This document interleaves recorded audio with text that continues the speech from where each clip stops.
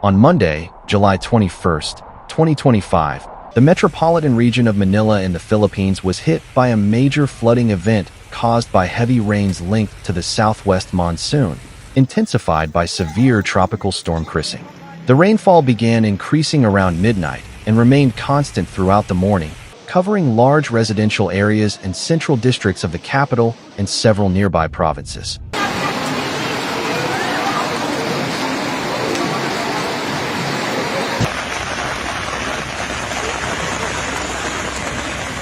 Meteorological authorities issued a maximum level rainfall alert early in the morning, anticipating severe flooding that materialized within hours. The volume of water quickly overwhelmed the city's drainage infrastructure, resulting in extensive material damage and the temporary collapse of several essential services.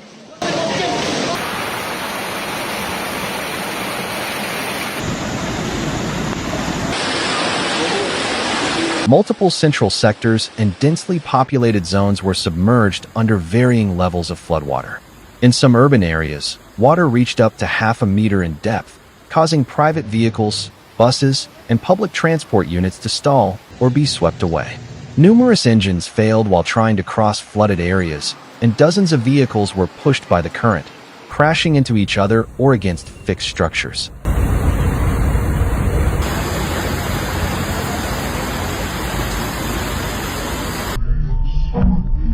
Main roads were blocked by accumulated water and abandoned vehicles, making emergency response efforts more difficult. The disruptions also impacted the city's transportation and mobility systems. Several bus routes were canceled, and hundreds of passengers were stranded for hours, particularly in work and school zones. Elevated trains and other forms of mass transit experienced delays due to flooded access points. In the worst-hit areas, traffic came to a complete standstill, and long lines of vehicles formed with no room for maneuver. The electrical system was compromised in several sectors as water entered substations and distribution poles collapsed. Local authorities reported intermittent blackouts in key parts of the city.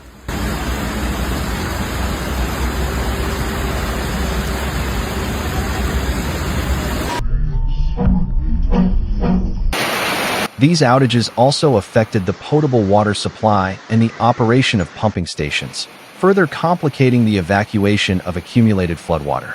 Some stations ceased functioning due to overloads or direct water intrusion into technical facilities. In many residential areas, water entered single- and two-story homes, destroying appliances, furniture, and personal belongings.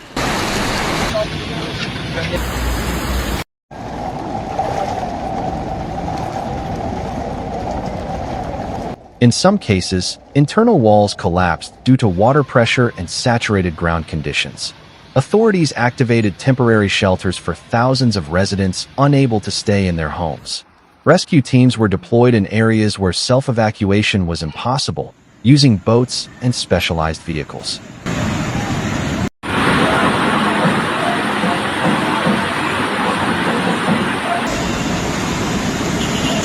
Commerce was also broadly affected.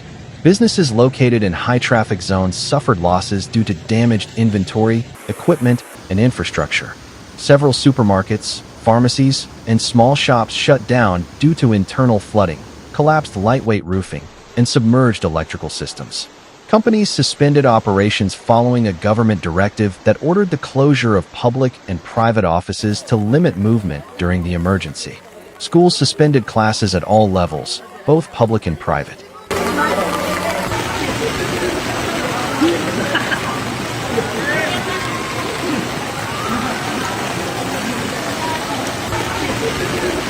Many school buildings were repurposed as temporary shelters or humanitarian aid distribution centers.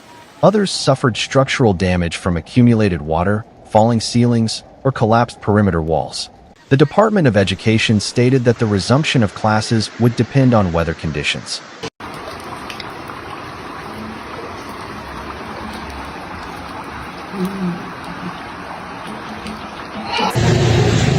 The agricultural sector reported significant losses in provinces near the capital. Numerous rice fields and vegetable crops remained underwater for hours, resulting in complete harvest losses. Rural authorities estimated damage in the millions of Philippine pesos, especially in central agricultural zones of the country.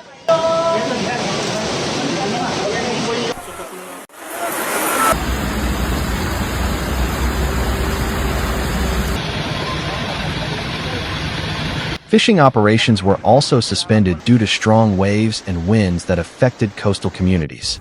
Emergency teams carried out cleanup operations in multiple sectors, removing debris, fallen trees, and waste dragged by floodwaters.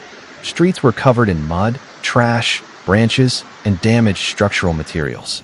Several main access routes had to be cleared with heavy machinery to restore traffic.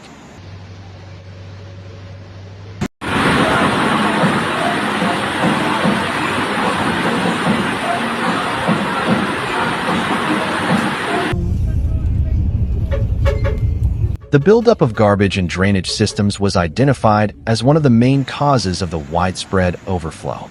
The national government deployed additional personnel from civil defense, fire departments, armed forces, and police to assist in rescue, evacuation, and aid distribution. Temporary command centers were set up to coordinate actions between different levels of government. Citizens were urged to avoid flooded areas and assist with cleaning and solid waste collection efforts.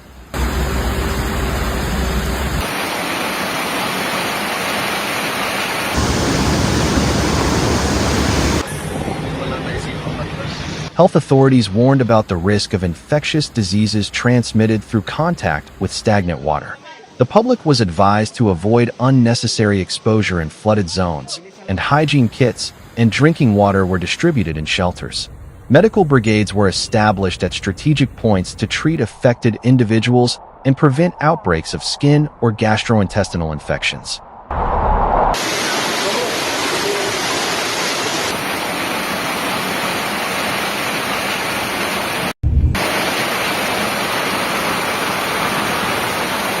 On Tuesday, July 22nd, the rains continued affecting parts of the Philippine capital and surrounding provinces, though with less intensity.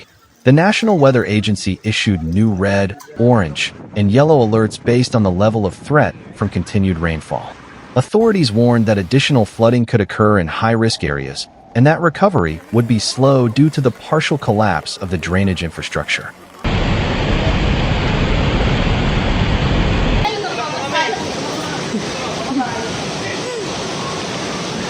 Bilis na lang.